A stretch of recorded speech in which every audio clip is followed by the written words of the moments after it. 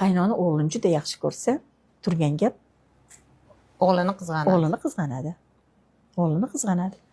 Shuning uchun ana endi ular qizg'anmasliklari uchun sharoit yaratish kerak bo'lgan. Buni juda yaxshi bilgan bizning adamiz. Qoyil. Shunga muhit yaratganlar. Lekin men buni boshida tushunmaganman. Doim bulardan xafa bo'lardim. Shuning uchun men ajrashaman deb yurganman. Doim yig'lab yurardim. Nega sizga mehr bera olmaganmilar? O'shani men bemehrli deb tushunganman. Uyda mehr berardi uyning ichida, tashqarida esa katta to'siq bo'lardi o'rtamizda. Biz yonma-yon o'tirishimiz mumkin emas edi. O'nmatalab oyimga oling, opa nima yemayapsiz? Mana buni yeng, kichkina nonlarni kesib, ustiga sariyog'larni solib oldilariga tayyorlab turardilar. Menga bir marta ham oldimas edilar. Birov xafa bo'lib ketardim. Oxiri aytganman, menga oldimaguncha yemayman. Qarasam och qolib ketyapman. Baribir aytmaganlar-ku. Baribir aytmaganlar. Keyin o'zimga o'zim ol, yeyver, och qolasan bo'lmasa. Yeyverganman. Va kechki payt uyga kirib dazmolimni uraman. Men dars beraman endi.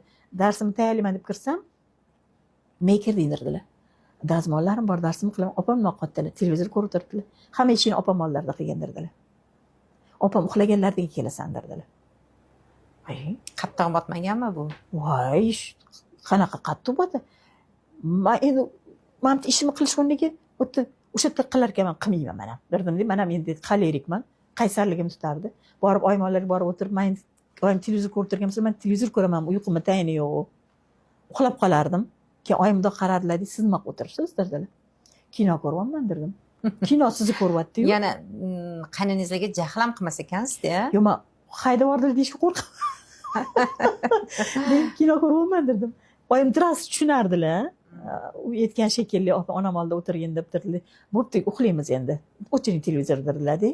Shu bilan lekin kirardim-da, keyin uxlashga menga ruxsat bo'lar edi. Men bularni hammasini bemehrlik deb tushunganman. Turgan gapim buni kamsitilish deb o'ylardim.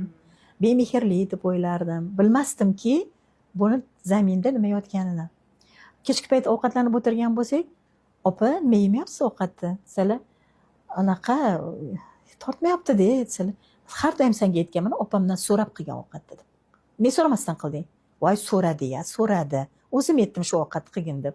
Ovqat pishguncha qornim ochib ketdi, bir-birda non yeb oldim. Endi o'shanga tortmayapti. O'ldi, shuni menga olib qo'ying, ertalab isitib berasiz. Tashlab yubormang yana, derdilar-da. Ha, xo'p, deb qo'yardim. Bu zar advokatdan bo'lar ekan, qaynonangizlar sizga. Endi qarang, e'tibor bering. Qaynona o'g'lini juda yaxshi ko'rsa, kelin bilan qizg'anadi yoki bo'lmasa unga dushmanga aylanadi deyapmiz, bergisi kelmaydi deyapmiz. Bu yerda esa dushmandan do'st yasalyapti. Oyim meni himoyachimga aylanyaptilar. Men unga daryo yopishasan, o'zim aytdim shu ovqat qilishni. Mashina olib qo'ying deb daryo